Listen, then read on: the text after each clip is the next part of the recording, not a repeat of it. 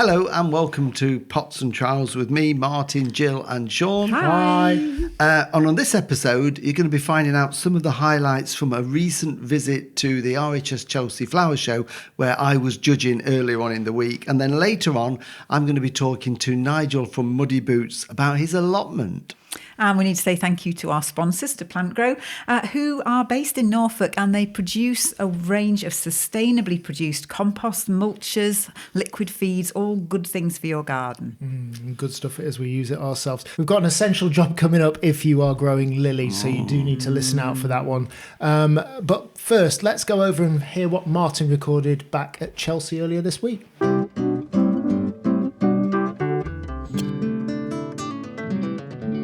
Well, I'm in the great pavilion here at the RHS Chelsea Flower Show at the moment. It's all buzzing. It's absolutely fantastic. Really, really pleased to be joined by Claire Mattison, who is the Director General of the RHS. Hello, Claire.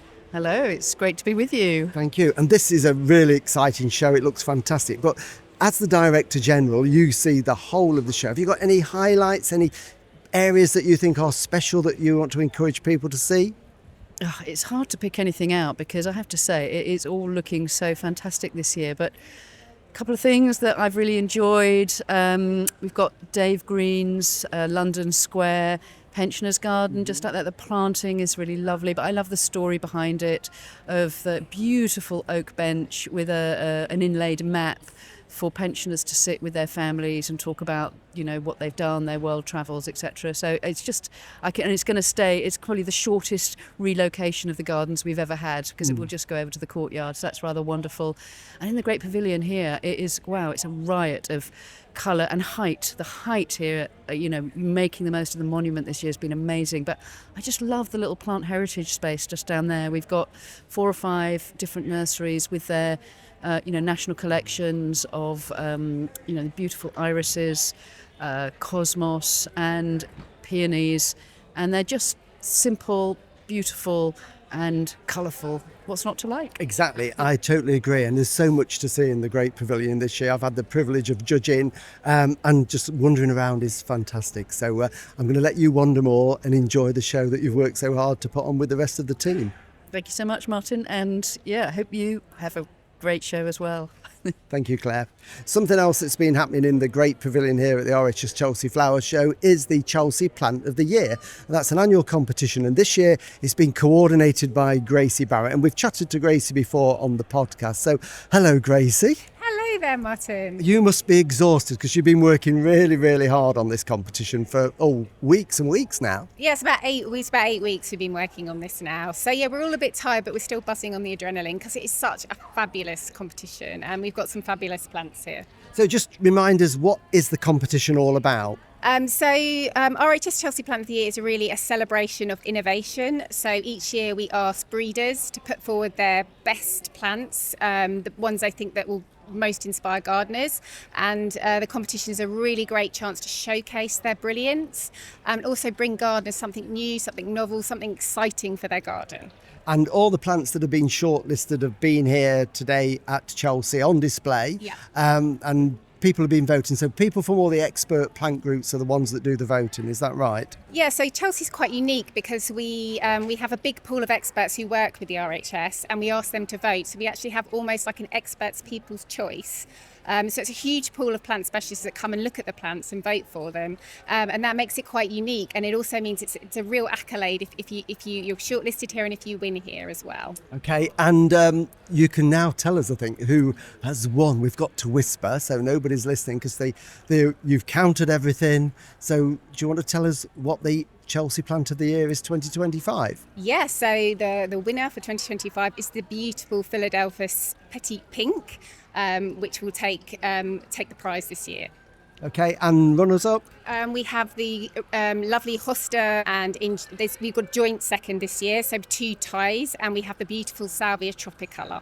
So those are the winners. All wonderful plants, and these will be available in garden centres for the public to buy very soon, if not now, won't Yes, they're all available now as far as I understand it, so people can go out and snap them up for their gardens. they? Okay, that's great. Well, thank you for all the work you put into it. It must be, I know you do hours and hours and hours of work on this, so and it's worked really well, so you can have a rest now, can't you, from this, do other things and then start planning next year.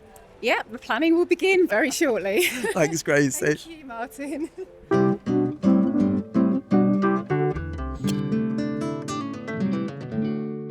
Well, remember, later on we're going to be hearing about Nigel and his allotment, and also we're going to be hearing about a unit of measurement called the rod, which if you've heard of, you've heard of. I certainly hadn't. But first, we must talk about Chelsea. You've obviously just got back from Chelsea. It's such a special experience. I've been a couple of times. You guys have been far more times. It's just quite special, isn't it? Yeah, it is. Yes, I mean the RHS Chelsea Flower Show is unique. There's only one show like it in the world. It's probably the most famous flower show, and everybody wants to go to it, even if it's just for once. And we're lucky that we get to go every year when I'm judging there, and Jill comes as my guest, and we get there to be on press day, which you've done as well, Sean, in the past. Yeah. We both have when we were doing television for the local BBC. That's right. I've not filmed there for the network, Gardener's World or anything like that, but I've filmed for the regional television, and usually we would, I don't know, go with a local garden, so either a nursery who are taking a garden to Chelsea or something, and go and follow their story. But press day is quite impressive because, I mean, it's name drop city. You know, I remember walking past Ringo Starr, and it was like, I've never been that close to a Beatle before. It was absolutely, I was starstruck as a drummer going past Ringo.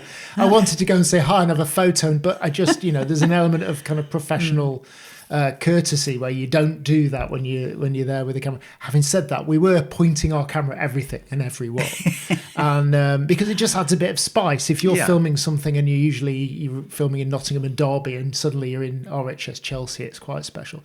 So there was one point where we were filming a rose garden just because it was pretty, and then through the archway came Joanna Lumley. And now I have told this story before, so apologies if you've heard it before on the podcast, but if you haven't, she clearly saw the camera out of the corner of her eye, because she then turned to the rose and just held it and sniffed and then looked into the sky as if to, contemplate the beauty of the English rose, and then walked off. And a few seconds later, when she knew we were, kind of clear, she kind of looked back and went, "Was that all right for you, darling?" What would she have done if you'd said no? Can you just do it one more time? Take two. Yeah. Do you know what? I think she would have done. Probably would have done, yeah. Yeah. We weren't pointing at we weren't recording. Yeah. So no, it's a wonderful place and it's quite special. And I remember seeing all sorts of people just kind of wandering around. And we talked about this off air, but some are gardeners and some are there because it's quite funny to, I mean, it's for people watching, it's absolutely fantastic. But some of the celebrities are really keen gardeners. I know Imelda Staunton and husband Jim Carter, who's on Downton Abbey. Who's the butler, isn't he? Yeah, they are both very keen gardeners. And you just, you can see them and they've got their heads down. They're just walking around the gardens. They'll chat to the designers and the sort of builders, and they'll go into the floor marquee and they'll just be really, really interested in the plants. Not really doing much press interview, but then there are the celebs who are there to be spotted and to get coverage and sort of let it be known that they're there. So it's quite funny watching them. I think there's a middle ground there as well, because I think some of the celebs are there because their partners are big gardeners, so they're there because they can get the tickets. Because I mean, I remember I mentioned Ringo Starr. I don't think he didn't look like he was staring at the gardens, but I wondered if he was there for another reason. He's not there for exposure, is he? Let's be honest. Yeah. So I don't know. And I don't think Ringo likes giving interviews, because I know somebody tried to get a radio interview off him a few years ago. I've not seen him there recently, but they asked him, and they got quite an abrupt no with a few expletives thrown in as well. So. Okay, fair enough. Well, he was clearly doing some kind of publicity stunt when I was there, because then Damon Hill drove him through the showground in an old Mini. Yeah. So it was quite there was something going on there. Yeah. It was a photo op. Anyway, look, if you're a celebrity and you want to ask a question to any of the Pots and Trowels, or be on our podcast, you can come on. Yeah. Absolutely. Yeah, drop us an email, info@potsandtrowels.com. Send us photos, not of you, just of the gardens and you. Or just say hi. We like to talk to people, don't we? Yeah. We do, absolutely.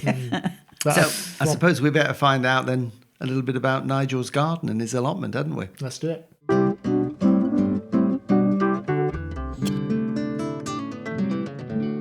Nigel, good to catch up with you at the Malvern Spring Festival again. Thanks very much, Martin. Nice to meet you at last. I've seen you many times on TV and radio and listened to your podcast. But it's always nice to put a face to the name.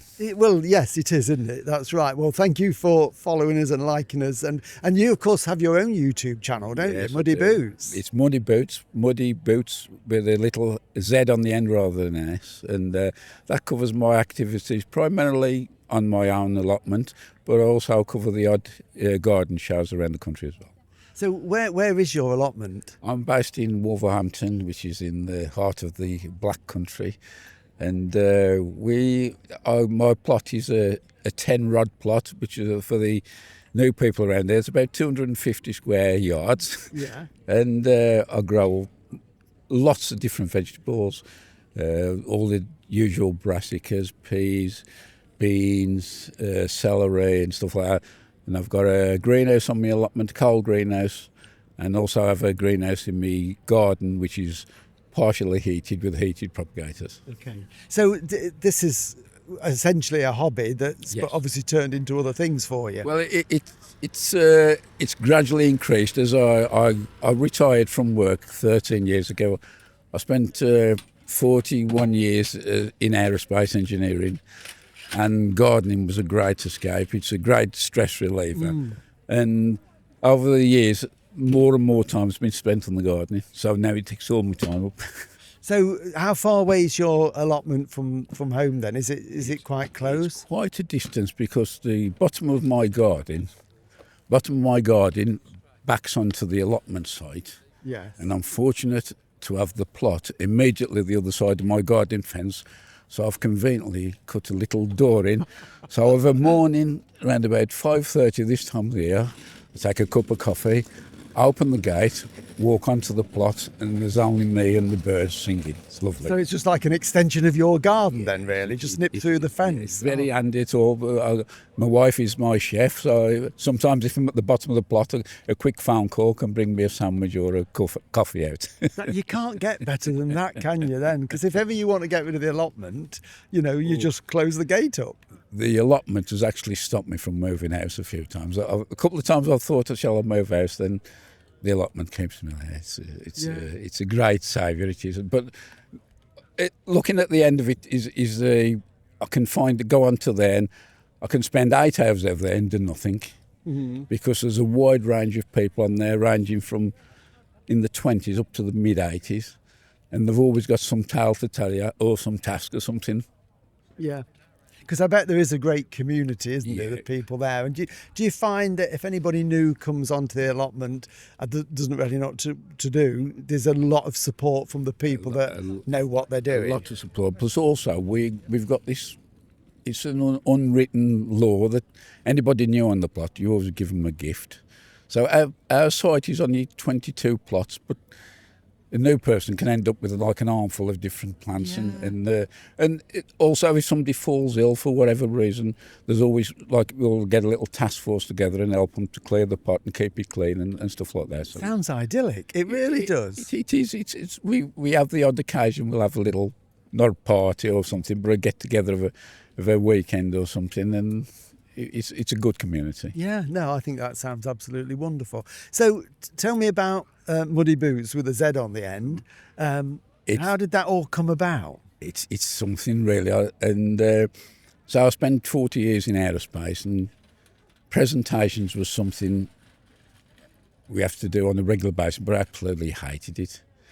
But when I come to start my allotment, I wanted to document something, and I'd watched the odd YouTube video, and I thought, well, maybe do that.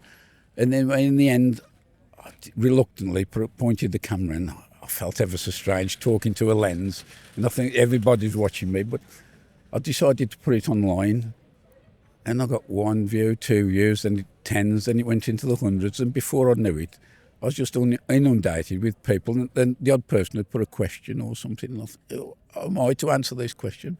Well, gradually, as time goes by, your confidence increases, and say, listening to stuff like yours, podcasts, I find those a great relief on the allotment as well. I quite often put a pair of headphones on and listen to a podcast, and it passes the time so quickly. See, most people like to listen to me on it when they want to go to bed and it makes them fall asleep. But it obviously keeps you awake on the allotment, Nigel. One thing I like about your podcast is because you've been in the industry for such a long time, you've got to know people at the top of their business, and it's nice to get an insight into the business which we wouldn't normally see, and I think that is a great thing what you share amongst other people as well. Yeah. Okay. So you put a variety of content on, all through the year. I mean, does it follow the sort of store of the allotment on a regular basis? Yes, it's more or less whatever's I'm doing at the moment, but I tend to do videos when I think I've got enough content which will be of interest to the viewer, rather than saying there's going to be a video out every week.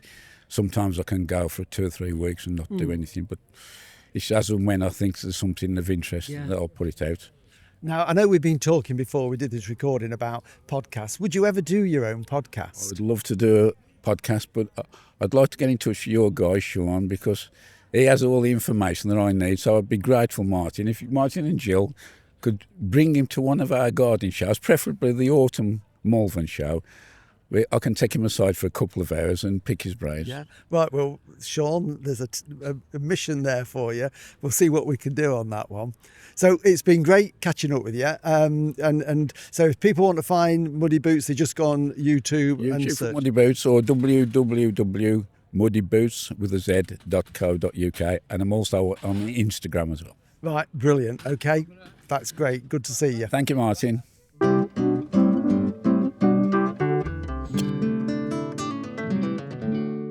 Okay, so look, it's not just me asking to get to shows now. We've got people on the podcast asking you to get me to a show now, albeit Your for work famous purposes. By the threading. sounds of You it. need to get out more. That's what it is, I know, Sean. We I need know. to get you to a show. I don't To know. increase your horticultural knowledge. Yes. Yeah, definitely. Yeah, no, I'm up for it. I'm up for coming to a show.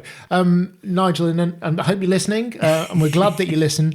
I'll help you if I can, but a couple of hours at a show. If I get to a show, I'll be honest, 2 hours doing technical talk is probably not going to be the case. But I will have a quick chat with you happily about how to do podcasts. Yes, That's yes. not a problem. My day rate is really, really reasonable. Yeah, a 99.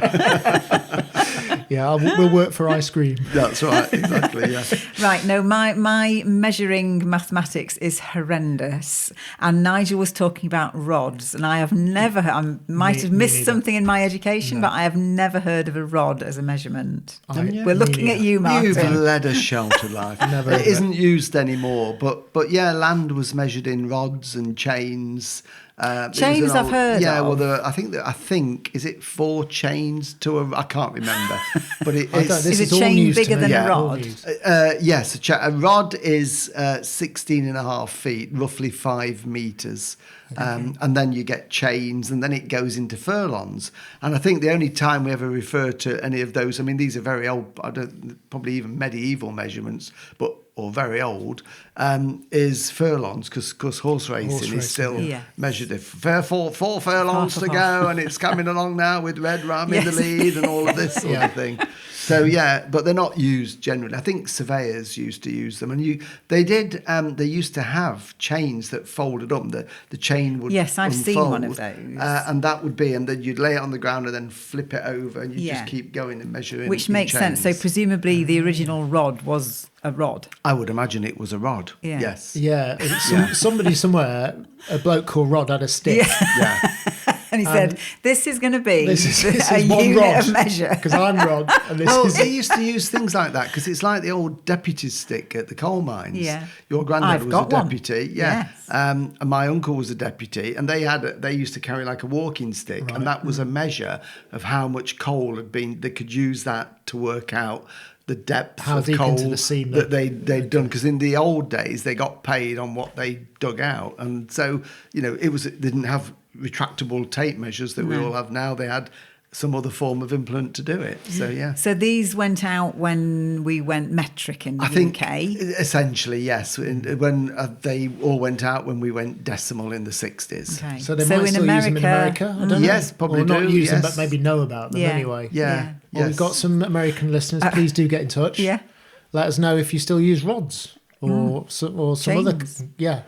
measurement. Yeah, or just use a tape measure. Life is a lot simpler with a tape measure. Let's just go and get my rods out of the garage.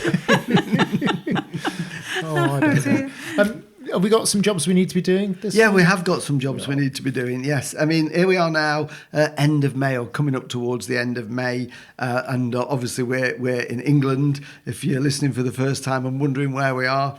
So we're sitting in Lincolnshire at the moment. So it's the traditional time that we would get our tender bedding plants out. So all those lovely bedding plants in hanging baskets and patio containers, or planting them in the borders, the half-hardy annuals.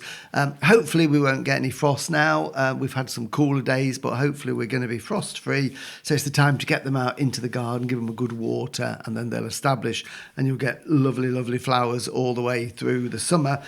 Also, time to put your dahlias out as well. If you like your dahlias, I've got some that I've grown from seed. Some we got from King Seed. It's a really, really, and I can't remember the name of it. Isn't that terrible?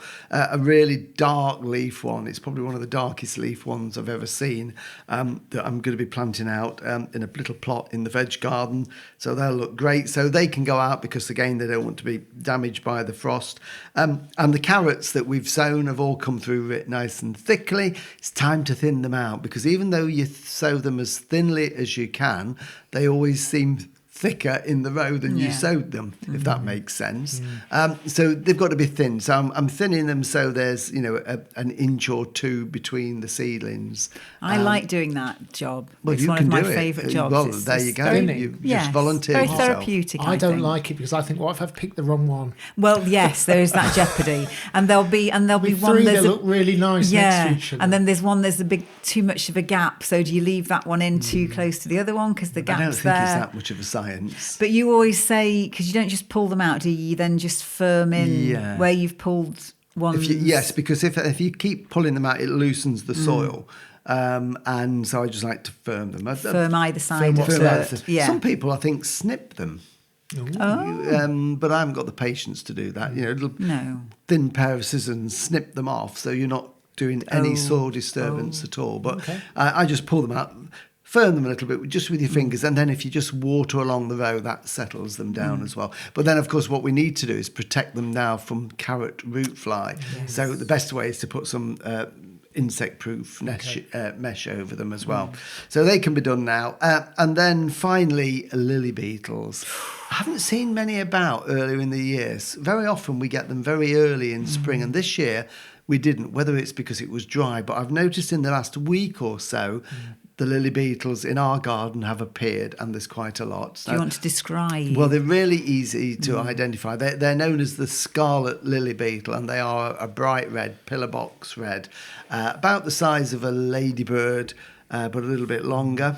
No spots or markings on, and they basically lay their eggs on lilies, and then the grubs hatch out, and the grubs feed on the lily leaves and do a lot of damage. So insecticides are really difficult to control them with, because they've got this hard coating. So if you don't want your lilies damaging, you've got to basically just squash them. But they're clever things because they're that scarlet red on the top side.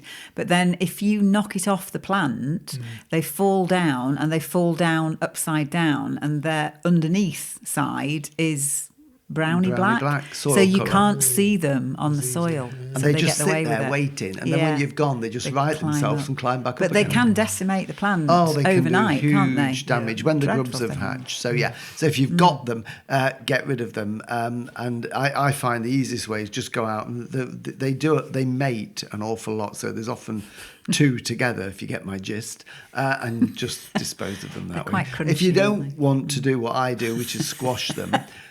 Just pick them off, put them in a jam jar, take them somewhere else and release them. And they'll fly back in.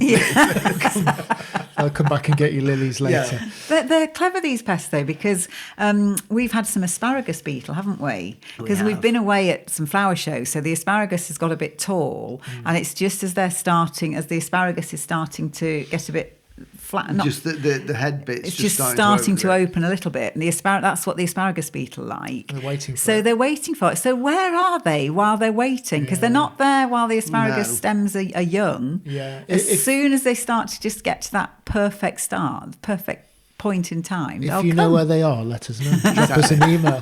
And I think with the lily beetle, because if people are thinking, well, why not leave them for the birds don't seem to bother them. I think because they're Too red, crunchy. it's a danger warning colour. thing. So Yeah. yeah, probably taste horrible. And so I've got a couple of kind of produce questions for you. Is it now that I need to do anything with my garlic that I put in November? Because it feels like it's nearly June. And It is nearly June. Has it still got green tops, or the leaves nice and green and healthy? Yeah. Then leave it. Leave it, Because okay. essentially it's like any bulb. It's only going to be maximum size when the leaves start to die down. So when the leaves go yellow and are dying down, then the bulb will have swollen to its maximum Okay, size. brilliant. So I would think another month probably. Okay. And I can't essentially. wait. It's only a couple of weeks before I get my potatoes out. Oh, yes, there you go. I'm looking forward to it. Because I'm hoping I'm going to be able to do garlic potatoes. That's what Yeah. I was just thinking. Yeah. And then we'll have strawberries for pudding. Yeah, because the Yes. strawberries coming on well.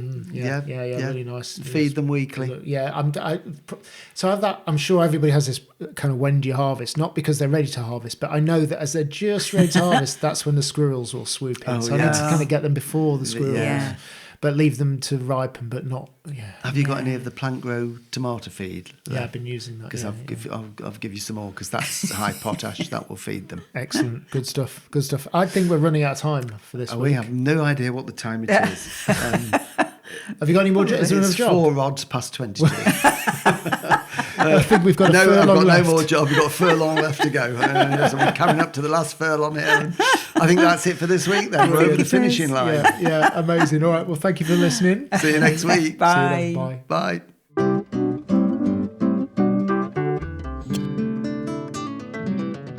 Watch the videos on YouTube or Facebook, follow us on Instagram, Twitter or X, and subscribe to the podcast and never miss a thing. For more information, go to potsandtrowels.com.